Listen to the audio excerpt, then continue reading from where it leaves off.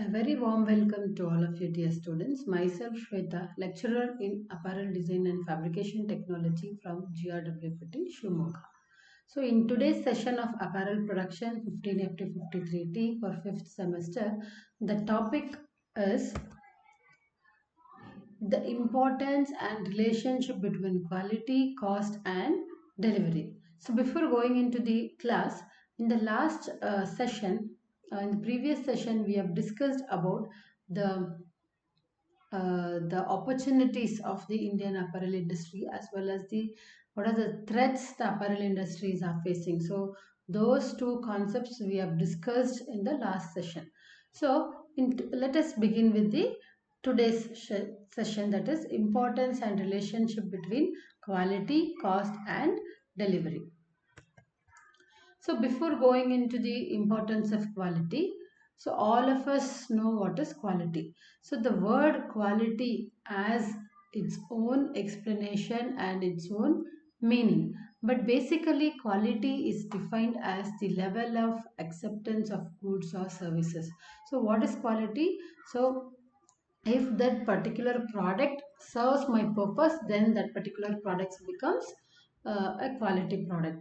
So ಅಂತಂದ್ರೆ ಏನು, ಆ ಪ್ರಾಡಕ್ಟು ಯಾವ ರೀಸನ್ಗೋಸ್ಕರ ಅದನ್ನು ಮ್ಯಾನುಫ್ಯಾಕ್ಚರ್ ಮಾಡಿದಾರೋ ಆ ಒಂದು ಡ್ಯೂರಬಿಲಿಟಿ ಅಥವಾ ಆ ಒಂದು ರಿಲಯಬಿಲಿಟಿನ ಆ ಪ್ರಾಡಕ್ಟ್ ಮೀಟ್ ಮಾಡ್ತು ಅಥವಾ ಕೊಟ್ಟಿರೋಂಥ ಸ್ಪೆಸಿಫಿಕೇಶನ್ಸ್ ತಕ್ಕಂಗೆ ಆ ಒಂದು ಪ್ರಾಡಕ್ಟ್ ಸರ್ವಿಸ್ ಕೊಡ್ತಿದೆ ಅಂತಂದರೆ then that product is of good quality ಅಂತ ಹೇಳ್ಬೋದು. ಸೊ ಬೇಸಿಕಲಿ ಏನು ಅಂತಂದರೆ ನಾವು ಅಕ್ಸೆಪ್ಟ್ ಮಾಡ್ಕೊಳ್ಳೋ ಅಂಥ ಲೆವೆಲ್ ಅಂತ ಹೇಳ್ಬೋದು. ಮತ್ತು ಈ ಕ್ವಾಲಿಟಿ ಅನ್ನೋದು it depends on customer satisfaction. So that is what I told. ಕೆಲವ್ರು ಏನಂತಾರೆ, ನಾವು ಕೊಟ್ಟಿರೋ ಅಂಥ ದುಡ್ಡಿಗೆ ಆ ಪ್ರಾಡಕ್ಟ್ ಅದರ ಒಂದು ಸರ್ವಿಸ್ ಕೊಡಬೇಕು ಅನ್ನೋದಿರುತ್ತೆ. ಕೆಲವರಿಗೆ ಆ ಏಸ್ಥೆಟಿಕ್ ಅಪಿಯರೆನ್ಸೇ ಕ್ವಾಲಿಟಿ ಆಗಿರ್ಬೋದು, ಅಥವಾ ಕೆಲವರಿಗೆ ಅದರ ಫಂಕ್ಷನಾಲಿಟಿ ಆಗಿರ್ಬೋದು. So basically quality means different things to different people based on their satisfaction level ಅಂತ ಹೇಳ್ಬೋದು. ನೆಕ್ಸ್ಟ್, ಸೊ ಈ next we have importance of quality, ಅಥವಾ ಈ ಕ್ವಾಲಿಟಿ ಅನ್ನೋದನ್ನು ನಾವು ಯಾಕೆ ಅಷ್ಟರ ಮಟ್ಟದಲ್ಲಿ ನಾವು ನಮ್ಮ ಅಪಾರಲ್ ಇಂಡಸ್ಟ್ರಿಯಲ್ಲಿ ಫಾಲೋ ಮಾಡಬೇಕು. Whatever factor it is, ನಾವು ಏನೇ ಮಾಡಲಿ ಕ್ವಾಲಿಟಿ ಅನ್ನೋದು ಅದರಲ್ಲಿ ಇರಲೇಬೇಕು. So without quality we cannot perform, or without quality ನಮ್ಮ ಕೆಲಸ ಸಕ್ಸಸ್ಫುಲ್ ಆಗಲ್ಲ ಅಂತ ಹೇಳ್ಬೋದು. So why quality is important in apparel industry ಅನ್ನೋದನ್ನು ಈ ಒಂದು ಡಯಾಗ್ರಾಮಲ್ಲಿ ನೀವು ಅರ್ಥ ಮಾಡ್ಕೋಬೋದು. ಸೊ ಏನಿದು ಈಗ ಕ್ವಾಲಿಟಿ, ಈ ಎಲ್ಲ ಅಂಶಗಳು ಅಥವಾ ಈ ಎಲ್ಲ ಫ್ಯಾಕ್ಟರ್ಸ್ ಸೇರಿದರೆ that becomes quality. So what are those?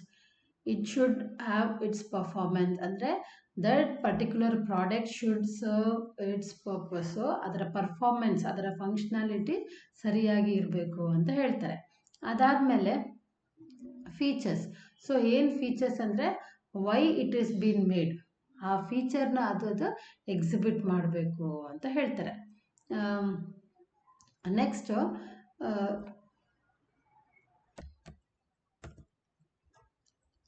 So ಅದರ ಫೀಚರ್ಸ್ ಅಥವಾ ವೈಶಿಷ್ಟ್ಯ ಅಂತ ಏನು ಕರಿತೀವಲ್ವ ಅದನ್ನದು ಕೊಡಬೇಕು ಅಂತ. ನೆಕ್ಸ್ಟು ವಿ ಹ್ಯಾವ್ ರಿಲಯಬಿಲಿಟಿ ಅಂತಂದರೆ it should be trustworthiness. ಸೊ ನಾವು ಒಂದು ಪ್ರಾಡಕ್ಟ್ ತಗೊಂಡು ಇದು 1 ವರ್ಷ ತನಕ ಇದನ್ನು ಯೂಸ್ ಮಾಡ್ಬೋದು ಅನ್ನೋ ಒಂದು ಟ್ರಸ್ಟ್ ವರ್ತಿನೆಸ್ನ ಆ ಪ್ರಾಡಕ್ಟ್ ಕ್ರಿಯೇಟ್ ಮಾಡಬೇಕು. Then it is called as quality. Next conformance in the sense why that particular product is been made, ಆ ಒಂದು ಕನ್ಫರ್ಮಿಟಿನ ನಮಗದು ಕೊಡಬೇಕು. Then it becomes a quality. Durability ಅಂದರೆ usability. So it should be durable. Serviceability, ಆ ಒಂದು product ಬೇರೆಯವರಿಗೆ ಸರ್ವಿಸ್ನ ಕೊಡಬೇಕು. So that is again of quality. Then aesthetic ಅಂದರೆ ಓವರ್ ಆಲ್ ಲುಕ್ ಅಥವಾ appearance of the product should also be so pleasing, only then it is called as quality product. Then precise ಅಂದರೆ ಎಷ್ಟು ಮಟ್ಟದಲ್ಲಿರಬೇಕು ಅಷ್ಟು ಮಟ್ಟದಲ್ಲಿರಬೇಕು. So ಇವೆಲ್ಲ factors ಸೇರಿದಾಗ ಅದೇನಾಗುತ್ತೆ, ಒಂದು quality product ಆಗುತ್ತೆ. ಸೊ ಏನೇನು ಅದರ ಪರ್ಫಾರ್ಮೆನ್ಸ್ನ ಅದು ಮಾಡಬೇಕು. ನೆಕ್ಸ್ಟು ಅದರಲ್ಲಿರುವಂಥ ವಿಶಿಷ್ಟ ಕ್ಯಾರೆಕ್ಟರಿಸ್ಟಿಕ್ಸ್ನ ಅಥವಾ ಡಿಸ್ಟಿಂಕ್ಟಿವ್ ಕ್ಯಾರೆಕ್ಟರಿಸ್ಟಿಕ್ಸ್ನ ತೋರಿಸ್ಬೇಕು. ನೆಕ್ಸ್ಟು ಟ್ರಸ್ಟ್ ವರ್ತಿಯಾಗಿರಬೇಕು. So that is reliability. Conformance ಇರಬೇಕು. ಗುಡ್ ಡ್ಯೂರಬಿಲಿಟಿ ಅಥವಾ ಯೂಸಬಿಲಿಟಿ ಇರಬೇಕು. It should be a it should give a good service. Then it should have a aesthetic appearance ಅಥವಾ ಓವರಾಲ್ ಅಪಿಯರೆನ್ಸ್ ಚೆನ್ನಾಗಿರಬೇಕು, ಮತ್ತು ಆಪ್ಟಿಮಮ್ ಲೆವೆಲಲ್ಲಿ ಅದರ ಕ್ವಾಲಿಟಿ ಇರಬೇಕು. ಸೊ ಇವೆಲ್ಲ ಫ್ಯಾಕ್ಟರ್ಸ್ ಸೇರಿದಾಗ ಅದೇನಾಗುತ್ತೆ, ಕ್ವಾಲಿಟಿ ಆಗುತ್ತೆ.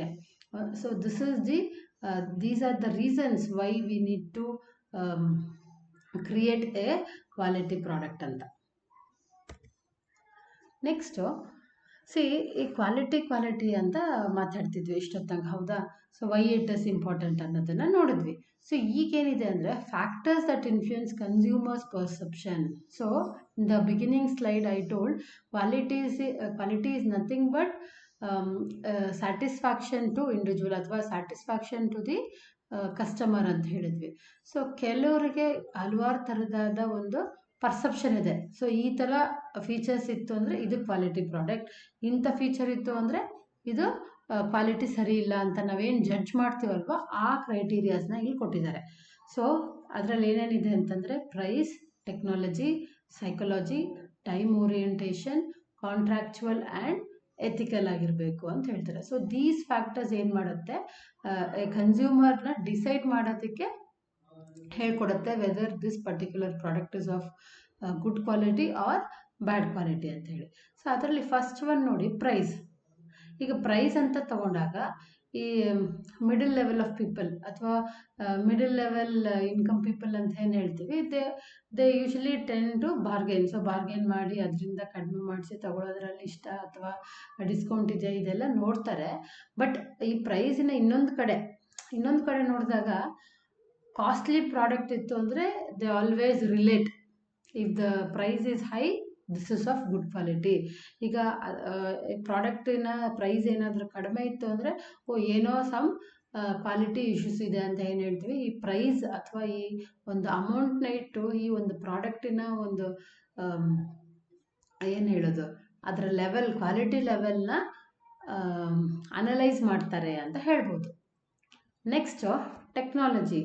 ಸೊ ಟೆಕ್ನಾಲಜಿ ಅಂತಂದರೆ ಹೊಸ ಟೆಕ್ನಾಲಜಿ ಏನು ಅದರಲ್ಲಿ ಇನ್ಬಿಲ್ಟ್ ಆಗಿದೆ ಅಥವಾ ಯಾವ ಥರ ಟೆಕ್ನಾಲಜಿಕಲ್ ಆಸ್ಪೆಕ್ಟ್ಸ್ನ ಯೂಸ್ ಮಾಡಿ ಆ ಪ್ರಾಡಕ್ಟ್ನ ಮ್ಯಾನುಫ್ಯಾಕ್ಚರ್ ಮಾಡಿದ್ದಾರೆ. ಸೊ ಅದ್ರ ಮೇಲೆ ಕೂಡ ನಾವೇನು ಹೇಳ್ತೀವಿ, this is of good quality product, this is of ಅಷ್ಟು ಕ್ವಾಲಿಟಿ ಲೆವೆಲ್ ಇಲ್ಲ ಅಂತ ಹೇಳ್ತೀವಿ. ಸೊ ಟೆಕ್ನಾಲಜಿ ಕೂಡ ಒಂದು ಫ್ಯಾಕ್ಟರ್ ಅದರಲ್ಲಿ. Next psychological feeling. So psychological feeling ಏನು? So according to me if the price is more then the product is of good quality ಅಂತ ಹೇಳ್ತೀವಿ. ಕೆಲವ್ರಿಗೆ ಏನು ಅನಿಸುತ್ತೆ, ಪ್ರೈಸ್ ಕಡಿಮೆ ಇದ್ದರೂ ಕೂಡ ಅದರ ಒಂದು ಏನು ಹೇಳೋದು, ಈ ಪ್ರೈಸಿಗೆ ಅಟ್ಲೀಸ್ಟ್ ಇಷ್ಟು ಡ್ಯೂರಬಿಲಿಟಿ ಕೊಡಬೇಕು. ಈ ಪ್ರೈಸ್ ಅಂದರೆ ನಮ್ಮ ಸೈಕಾಲಜಿಕಲ್ ಫೀಲಿಂಗ್. ಕೆಲವೊಮ್ಮೆ ಏನಾಗುತ್ತೆ, ಪ್ರೈಸ್ ಬಗ್ಗೆ ಯಾವುದ್ರ ಬಗ್ಗೆನೂ ತಲೆ ಕೆಡಿಸ್ಕೊಳ್ಳಲ್ಲ, ಜಸ್ಟ್ ಅದರ ಒಂದು aesthetic appearance, over all look ಚೆನ್ನಾಗಿತ್ತು ಅಥವಾ ಕಲರ್ ಕಾಂಬಿನೇಷನ್ ಚೆನ್ನಾಗಿತ್ತು ಅಥವಾ ಅದರಲ್ಲಿರುವಂಥ ಎಂಬ್ಲಿಷ್ಮೆಂಟ್ಸ್ ಅಥವಾ ಇನ್ನೇನಾದರೂ ಸ್ಟೈಲ್ ಫೀಚರ್ಸ್ ಇಷ್ಟ ಆಗಿ, ಡಿಸೈನ್ಸ್ ಇಷ್ಟ ಆಗಿ ನಾವು ಅದನ್ನು ಪರ್ಚೇಸ್ ಮಾಡ್ತೀವಿ. So that truly depends on our psychological feeling, what we like and how we like it to wear ಅಂತ ಅರ್ಥ. ಸೊ ಅದು ಕೂಡ one of the factors that influence consumers mind ಅಂತ ಹೇಳ್ಬೋದು. ನೆಕ್ಸ್ಟ್ ನೋಡಿ, time orientation. So time orientation ಅಂತಂದ್ರೇನು, ಆ ಪ್ರಾಡಕ್ಟ್ನ ಪರ್ಚೇಸ್ ಮಾಡಬೇಕಾದ್ರೆ ನಾವು ನೋಡ್ತೀವಿ. So if not for apparel, for the other electronic products ಆಗಿರ್ಬೋದು, ಇತ್ತೀಚಿನ ದಿನಗಳಲ್ಲಿ ಎಲ್ಲನೂ ನೋಡ್ತೀವಿ. ಅಂದರೆ ಏನು, manufacturing date, expiry date, especially ಈ ಫುಡ್ ಪ್ರಾಡಕ್ಟ್ಸಲ್ಲೆಲ್ಲ ಅದು ಕಾಮನ್ನು.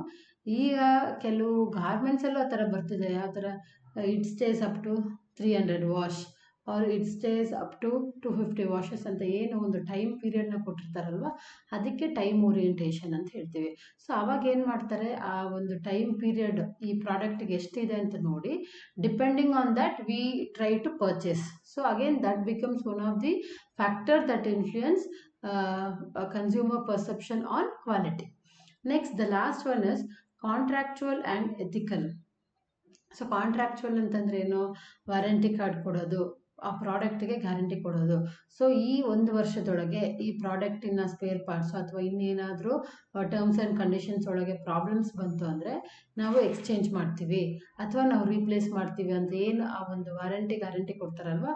So that is called as ಅವರ ಒಂದು ಎಥಿಕಲ್ ವ್ಯಾಲ್ಯೂನ ತೋರಿಸುತ್ತೆ.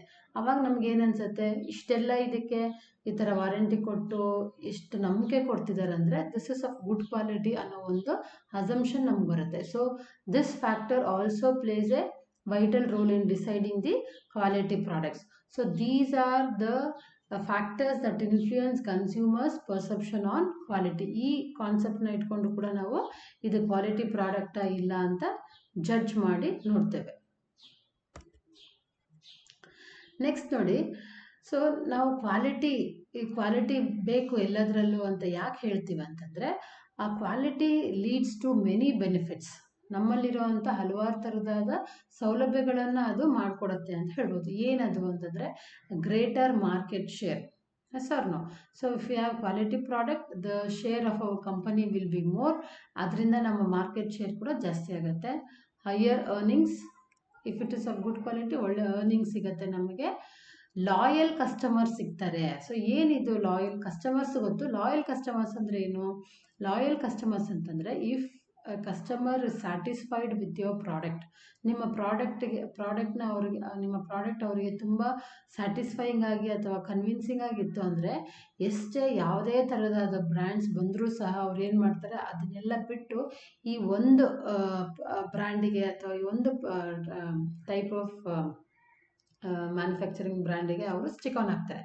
ಸೊ ಯಾವಾಗ ಆಗ್ತಾರೆ ಅಂತಂದರೆ, ಆ ಕಸ್ಟಮರ್ಸ್ಗೆ ಅಂಥ ಒಂದು ನಂಬಿಕೆ ಬಂದಾಗ ಮಾತ್ರ. ಎಷ್ಟೋ ಜನರನ್ನ ನೀವು ಅಬ್ಸರ್ವ್ ಮಾಡಿರಬೇಕು, ಎಷ್ಟೇ ಬ್ರ್ಯಾಂಡ್ ಬರಲಿ ನನಗೆ ಇದೇ ಸೂಟ್ ಆಗೋದು ಅಂತ ಹೇಳ್ತಾರೆ, ಅಥವಾ I am okay with only this product ಅಂತ ಹೇಳ್ತಾರೆ. ಸೊ ಆ ಒಂದು ಕನ್ಕ್ಲೂಷನ್ಗೆ ಹೆಂಗೆ ಬಂದಿರ್ತಾರೆ ಅಂತಂದರೆ, ಅವರು ಹಲವಾರು ಸತಿ ಆ ಪ್ರಾಡಕ್ಟ್ನ ಯೂಸ್ ಮಾಡಿ ಎಕ್ಸ್ಪೆರಿಮೆಂಟ್ ಮಾಡಿದ್ದಾಗ ಅವರಿಗೆ ಒಂದು ಅನಲೈಸ್ ಮಾಡ್ತಾರೆ, ಈ ಎಲ್ಲ ಪ್ರಾಡಕ್ಟ್ಸ್ಗಿಂತನೂ this product is of it serves my purpose ಅಂತ ಅವ್ರ ಮೈಂಡಿಗೆ ಬಂದಾಗ, ಆ ಒಂದು ಲಾಯಲ್ ಕಸ್ಟಮರ್ಸ್ನ ಅವರು ಯಾವತ್ತಿಗೂ ಬಿಡದಂಗೆ ನೋಡ್ಕೊಳುತ್ತೆ ಈ ಒಂದು ಕ್ವಾಲಿಟಿ. ಮತ್ತು ಹೈಯರ್ ಗ್ರೋತ್ ರೇಟ್.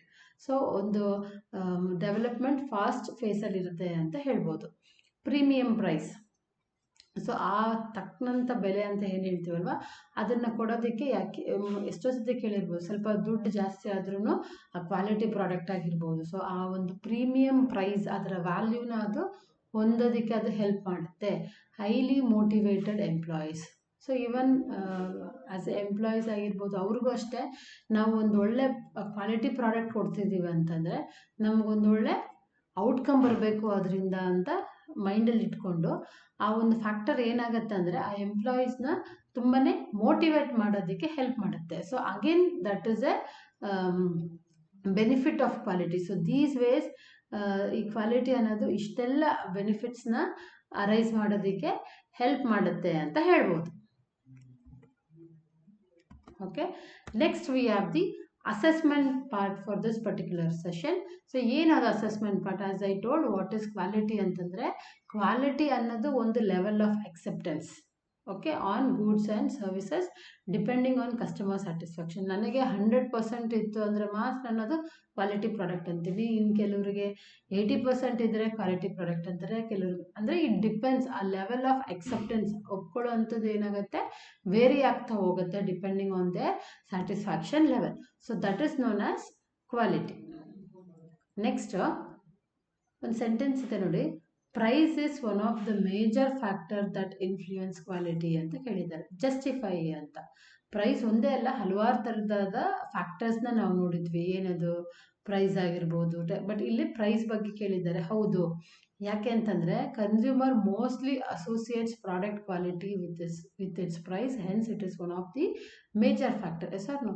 ಸೊ ನಾವೆಲ್ಲೋ ಪರ್ಚೇಸ್ ಮಾಡೋದಕ್ಕೆ ಹೋಗ್ತೀವಿ, ಆ ಪ್ರಾಡಕ್ಟಿನ ಪ್ರೈಸ್ ಜಾಸ್ತಿ ಇರುತ್ತೆ, ಬಟ್ ಜಾಸ್ತಿ ಇದ್ದು ಕೂಡಲೇ ಏನು ಅನಿಸುತ್ತೆ ನಮಗೆ, oh this is of good quality ಅಂತ ಅನಿಸುತ್ತೆ. ನಮಗೆ ಬೇಕಾಗಿರೋಂಥ ಪ್ರಾಡಕ್ಟ್ ರೇಂಜ್ ಹೇಳ್ತಾರೆ. ಸೊ ಇದು ಹೈ ರೇಂಜು, ಇದು ಮೀಡಿಯಮ್ ರೇಂಜ್, ಇದು ಲೋ ರೇಂಜ್, ಯಾವುದು ಬೇಕು ಅಂದಾಗ ನಾವೇನು ಮಾಡ್ತೀವಿ, ಥಿಂಕ್ ಮಾಡ್ತೀವಿ ಈ ಪ್ರಾಡಕ್ಟ್ಗೆ ನಮ್ಗೆ ಯಾವ ರೇಂಜಲ್ಲಿ ಬೇಕು. ಸೊ ಅದನ್ನು ನಾವು ಹೆಂಗೆ ಅಸೋಸಿಯೇಟ್ ಮಾಡ್ತೀವಿ ಅಂತಂದರೆ with the help of price. So ಹಾಗಾಗಿ ಈ ಪ್ರೈಸ್ ಅನ್ನೋದು one of the major factors which helps in analysing or influencing the quality ಅಂತ ಹೇಳ್ಬೋದು. Okay, so this is about the assessment part.